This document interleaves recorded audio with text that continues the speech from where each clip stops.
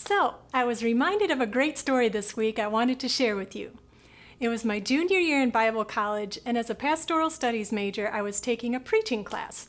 The professor gave the assignment that we all had to prepare and deliver a sermon to the class. Now, I was one of just a few girls in a class full of guys, and having grown up competing in sports with my brother and his friends, I of course wanted to beat all the guys in the class. The professor said that on this particular assignment, we could preach from any passage of the Bible we wanted, and we had 2 weeks to prepare. I began looking for the perfect biblical text in that first week with very little pressure.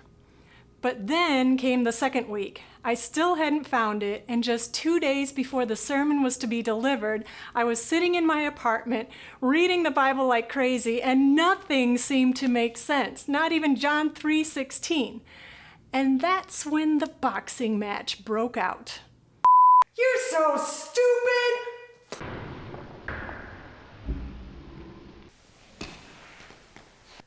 Maybe if you had a more consistent devotional life, you'd understand the Bible like other people do.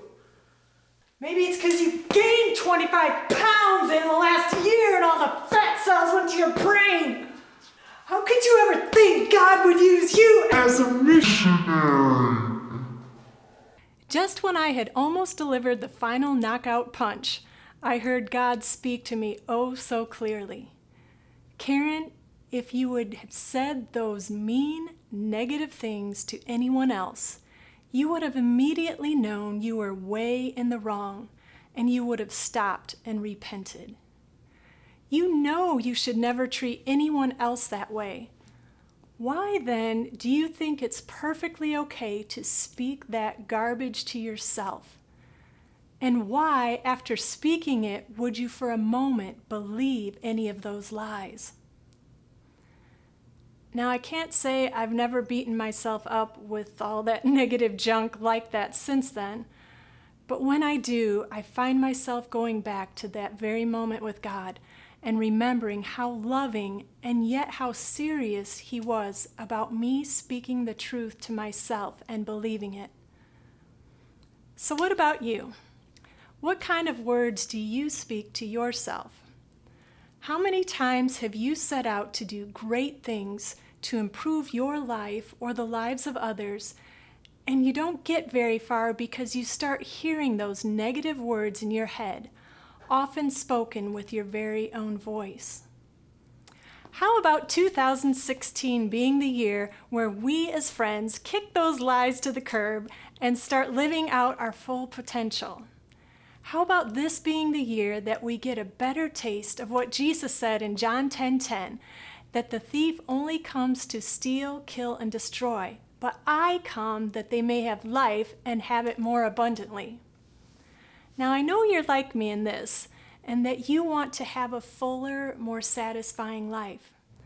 I believe that comes by getting to know Jesus better.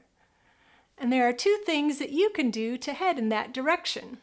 Number 1, believe you can. And number 2, believe He longs to be close to you. You can read just a little bit more about that in my blog post, so check that out, and we'll be talking about it more in the upcoming weeks. Some of you asked how to sign up for my weekly emails so to make sure you don't miss out. And so I'm going to tell you. You can join the fun by entering your info on any page of my website. It's in this little turquoise box at the right side of each page and at the top right of my homepage. I'd so love to have you join this wonderful group of friends. And now it's your turn. Leave your comments below this post. First, number 1, I'd love to know, on a scale of 1 to 10, how often are you using those boxing gloves on yourself? 1 being never and 10 being way too much. And number 2, what's one truth you could encourage someone else with? I'm hoping after you write it, you'll read it to yourself. Well, thanks friends for watching, and as always, share this with any friends you think might enjoy it.